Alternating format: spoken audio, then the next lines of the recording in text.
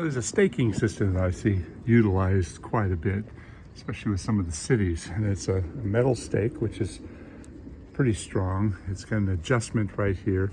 And then a rubber strap that goes around the tree. In this case, this one's bolted up there fairly tight. So let's talk about this. Is this any better than a wooden stake?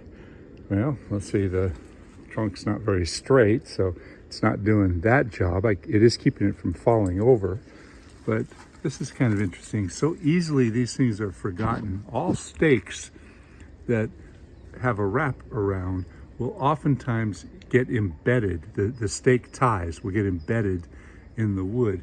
And if you look really closely, you can see that already starting to get embedded. And the tree, unless somebody takes this stake off of here, that is going to be a compromising situation. I don't particularly like this way. I mean, this is kind of dangerous for any workers in the yard. Let's see how the tree is doing in the ground. My guess is this does not need to be staked anymore. But I didn't put that stake in there, a landscaper did. And these are brand new trees. Let's take a look at this one over here. This one is also very similar. Let's see if this one's getting embedded yet. This one's not as bad. This one's still very loose. You have to bear in mind that some trees grow rapidly, faster than you may think. And all too often, a staking situation is a do it and forget it proposition. So let me see what we got going on here. Yeah, it's still pretty loose in the ground. And as you can see, it's staked crooked. So what do you do about it? Well, you could certainly unbolt that and pull it back and drill some new holes and pull it up and make it more appropriately straightened out, which would be part of the purpose of a stake. There's a couple of reasons. You have to ask yourself, why do you stake a tree in the first place? Well, most people want a nice straight trunk. They want the tree to grow straight, but you also put a stake in the ground to minimize the possibility of the tree blowing over in a windstorm.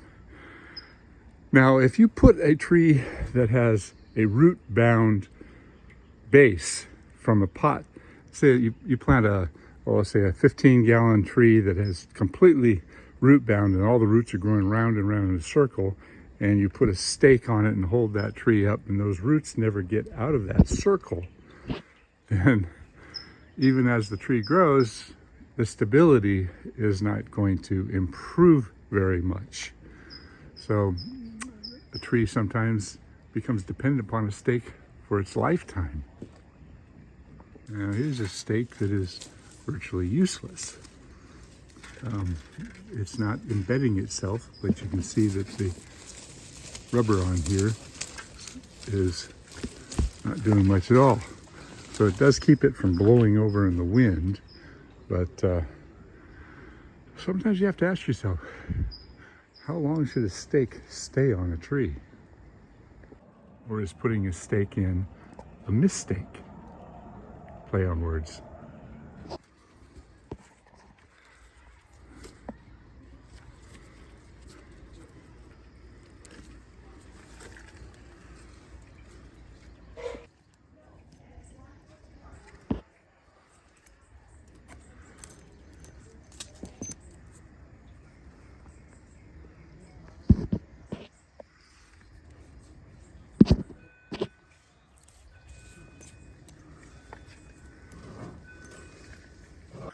So I took it off.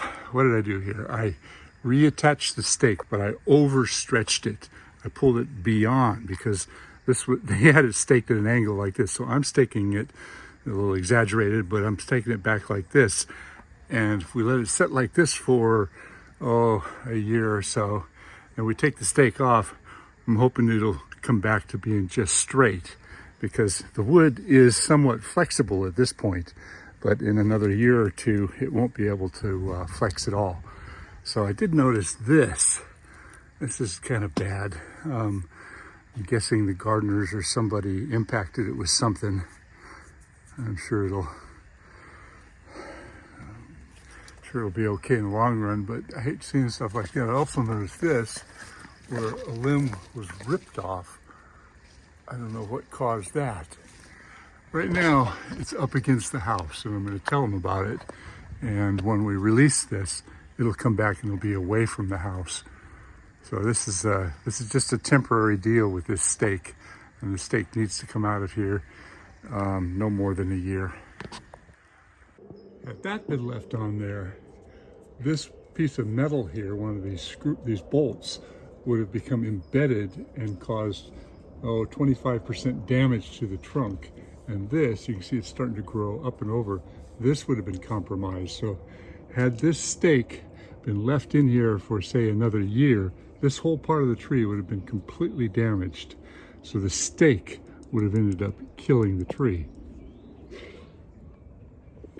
This one's off quite a bit as well. I think maybe I'm going to take this one bolt out of here and do the same thing. If I can pull it all the way back and overstake it, or at least get it up straight so that the stake is doing its job, then that might make a difference in a year from now.